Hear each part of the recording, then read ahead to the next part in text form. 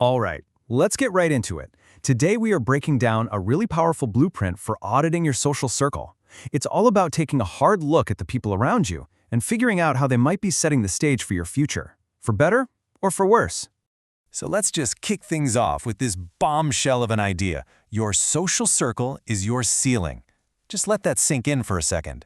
It's not just saying your friends influence you. It's saying they can literally put a cap on how high you can go. It's a pretty intense thought, right? So let's unpack what that really means. To really get this, we're starting with a powerful metaphor that's at the heart of this whole thing, the crabs in a bucket. This is all about understanding the invisible trap that might be hiding in plain sight within your own group of friends. So what exactly is this whole crabs in a bucket idea? Well, picture an actual bucket full of crabs. Anytime one of them starts to climb out and get close to freedom, the other crabs will reach up and pull it right back down into the bucket. It's a brutal image, but man, it can be so true in our own lives.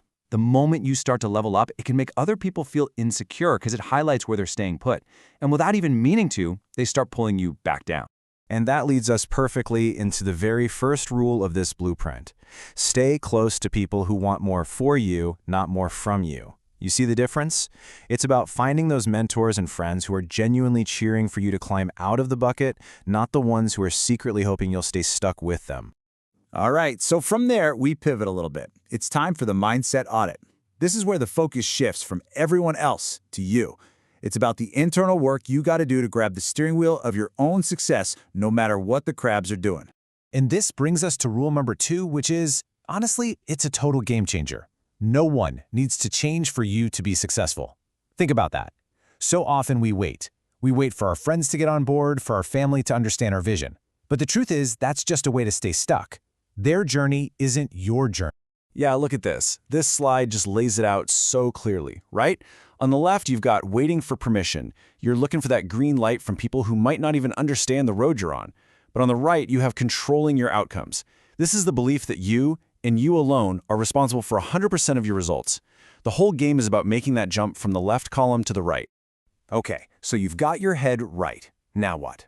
Well, the blueprint says it's time for the relationship audit. This is the practical, boots-on-the-ground part. It's about identifying exactly who might be holding you back, and then figuring out how to have those really tough conversations we all try to avoid. All right, get ready because this next one is designed to stop you in your tracks. I want you to be really honest with yourself here. Think about the 3 people you talk to the most. Are they closer to where you want to be in life? Or are they stuck, complaining about the same stuff they were 5 years ago? It's such a simple question, but man, is it revealing. And that question leads right into this next rule, and oh man, I love this one. Don't dim your light because it's too bright for someone else. If you want to achieve big things, you've got to get comfortable being a little extra. You have to give yourself permission to shine and stop shrinking yourself just to make other people feel comfortable. And there's actually a name for these kinds of people. The ones who make you feel like you need to tone it down. They're called anchors. And the blueprint is crystal clear here. Anchors are not your peers. A true peer, a true friend, sees you shining and hands you a bigger spotlight. They don't ask you to dim it down. So what do you do about the anchors in your life? Well, that brings us to rule number 4. You have to stop avoiding the hard talks. You know, it's this fascinating idea that trying to avoid short-term discomfort just creates a long-term low-grade pain. The real success, the real freedom, is on the other side of those tough conversations. Now, this isn't about starting a fight. It's about having what's called a clearing conversation. And the process is simple, but not easy. Step 1, you share your vision. Where are you going? Step 2, you state your preferences. What do you need? And then step 3, and this is the hardest and most important part, you detach from the outcome.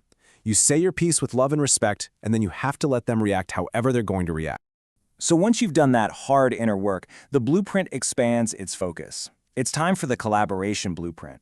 This is all about looking outward and moving from just grinding on your own to scaling your success with the right kind of people. You've probably heard this quote before, but it perfectly captures what we're talking about here. If you want to go fast, go alone. If you want to go far, go together. Sure, you can make some quick progress by yourself, but if you want to build something that lasts, something truly meaningful, you're gonna need a team. Look, the whole point is that you will never reach that next level all by yourself. It's just not possible. Co-creation, collaboration, these aren't just corporate buzzwords. They're the only way to avoid being that lonely person at the top. The goal isn't just success, it's shared success. And this is where things get really interesting, almost spiritual in a way. The next rule is all about a fundamental shift in how you view other people's success. It says, you receive what you desire for others. You've got to move away from that scarcity mindset where if someone else wins, you lose. It's about wanting everyone in your circle to win. It's like this cosmic boomerang. When you genuinely want the people around you to succeed, when you're actively rooting for them, that positive, ambitious energy you put out into the world doesn't just disappear. It comes flying back at you 10 times stronger. That's the power here. It creates this incredible upward spiral for everyone. All right, let's tie all of this together with one final, powerful reframe. We're calling this section your invitation to grow. It's about taking all that friction and conflict we've talked about and learning to see it not as a problem, but as an opportunity. So what have we learned? Let's run through the core rules real quick. Find mentors, not crabs in a bucket.